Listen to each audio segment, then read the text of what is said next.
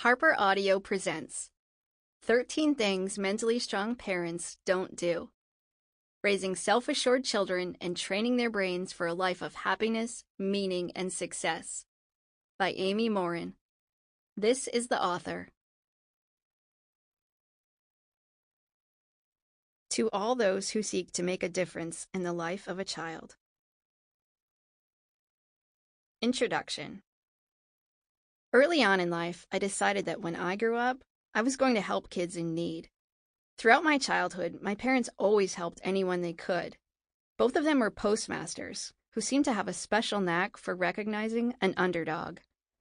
Whether they made anonymous donations to someone in need, or they lent a helping hand to someone down on their luck, they were generous with whatever we had. It's no wonder both my sister and I became social workers. Both of our parents were unofficial social workers for years. But long before I ever got my social work license, my goal was to become a foster parent. I had grown up knowing that there were kids who didn't have families.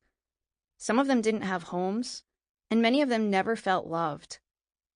So I decided that someday, when I had my own house, I'd take in kids who needed a place to live. When I was in college, I met Lincoln, my future husband. He was an adventurous person who loved to travel, meet new people, and try new things. Early on in our relationship, I told him my goal was to become a foster parent. Fortunately, he loved the idea.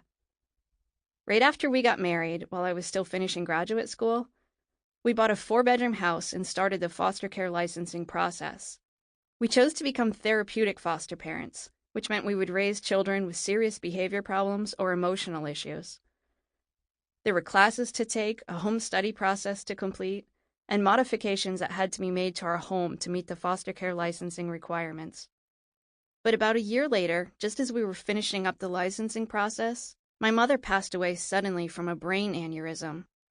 At her funeral, I heard countless stories, many of them from people I'd never met, about how she helped them in some way or other.